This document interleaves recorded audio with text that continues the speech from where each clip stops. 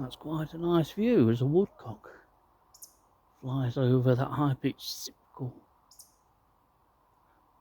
Is a roding woodcock. Very common here. It's just a shame about all the background noise. I remember when Dillis and myself were doing some recording for the One Show with Mike Dilger, 2009 I think it was. And Gary Moore was the sound recordist, and he always wanted to record woodcock. Well, he could. Told him there's loads here, and there was, and he recorded them, but there was so much background noise the recordings were useless. However, I digress.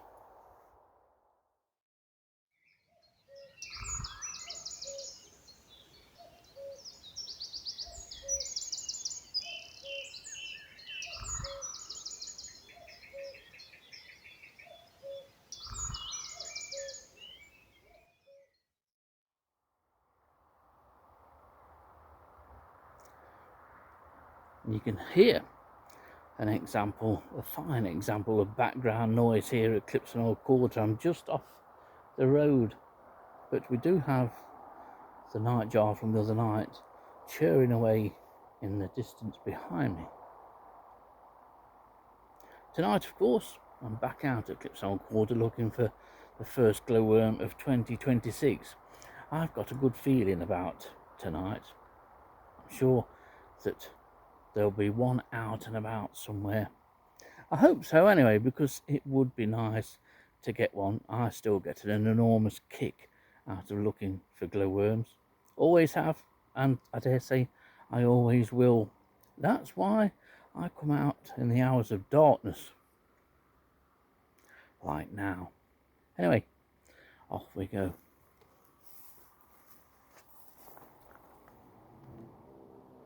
Well, as the traffic continues to stream along Peafield Lane, it is 10 o'clock now, and the Nightjar sings in the background.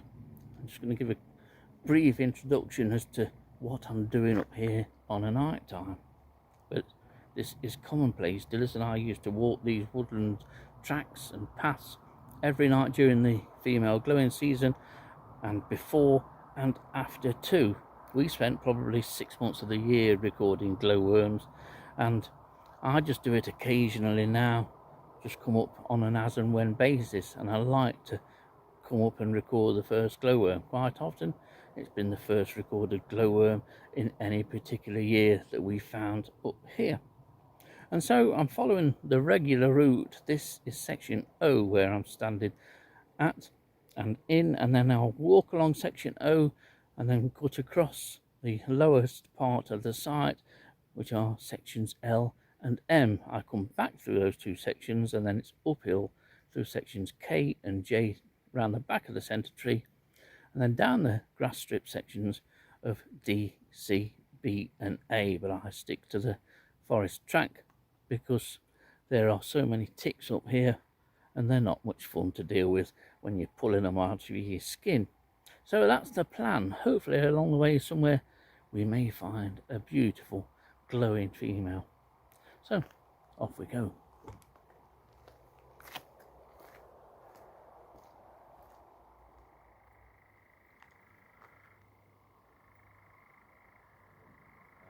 Well, there's two Nightjar over to my left. That one's just flown across in front, gone across the screen. But they appear to be churring a lot more and more consistently than 2 nights ago. I'm now on the bottom path, just looking down section L.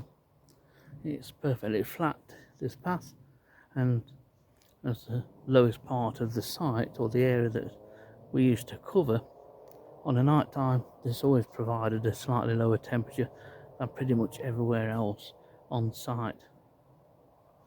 But opposingly, during the day, this was the hottest part of Clipston Quarter. We used to monitor the temperature every night when we were at our peak and most regular work in here.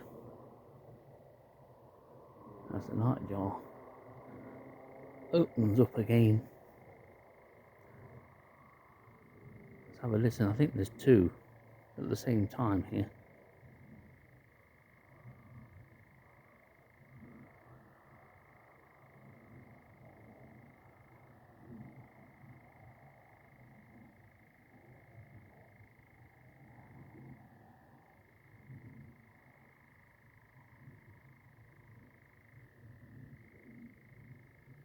It's the most fantastic sound, distinctly tropical to me. Always sounds as though you should be in flight, and you've got the wing clap in there. It's going to fly across in a minute.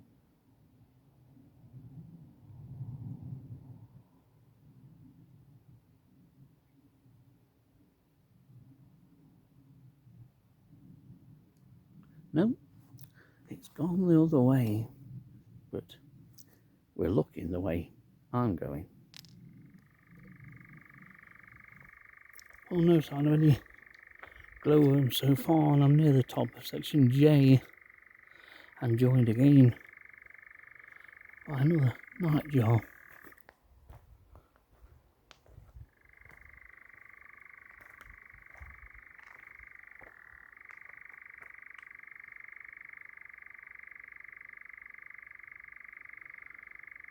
It's again sat in an oak about 10-20 yards in front of me.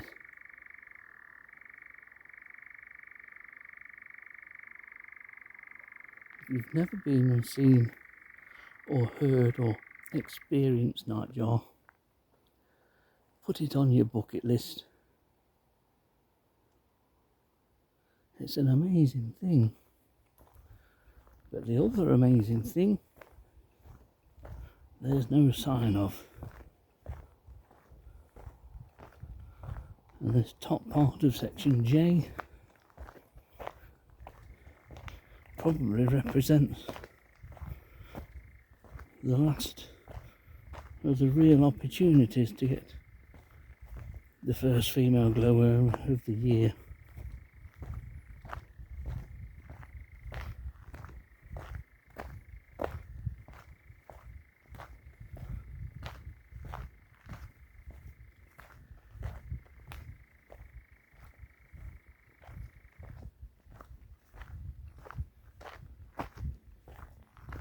Anyway, I'll see you after the centre tree.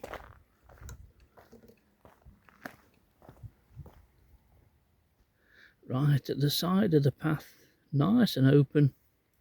I've not put a torch on it yet. Let's just enjoy this for a minute, because I want to enjoy the sight of this glowworm and the sound of the nightjar. I'm over the moon at this.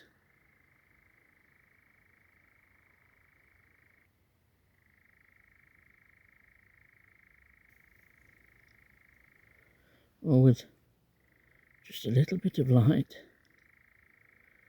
there she is. Sat on that leaf. She's turned around again, so she's not facing in the best of directions.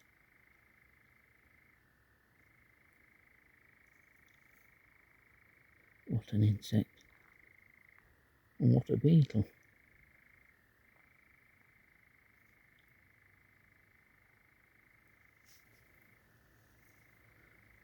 Well, she's sat on a leaf and is slowly moving a little bit.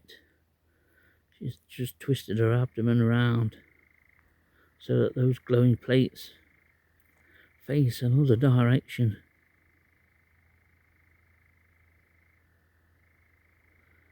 Wonderful. I thought tonight seemed the night, but I had no idea that I would be right half an hour or so ago. These are magical insects.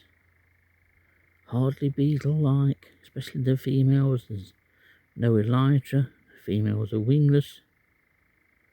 The males do have elytra and wings.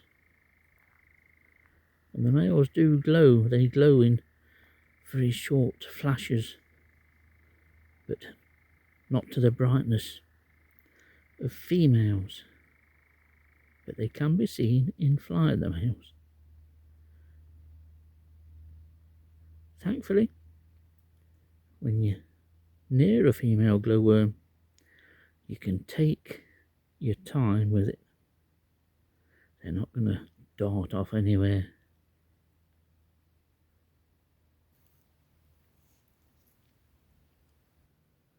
I can tell you that she's not the largest of females. She's quite small, to be honest. They do vary in size, but I thought we'd just have a quick close-up look at her.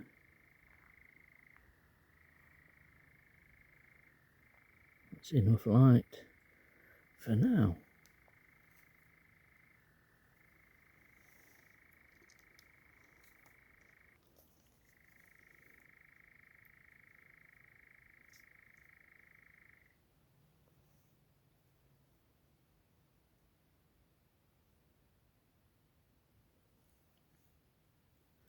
So the first glowworm took me by surprise again, as they have done many times over the years. She turns around just a little bit. I didn't think I was going to get one. I was hopeful at the start, and then as you walk around your route, that hopefulness tends to disappear a little bit. But all of a sudden, amongst the leaf litter and plants at the side of this forest track, is the most remarkable bioluminescent beetle.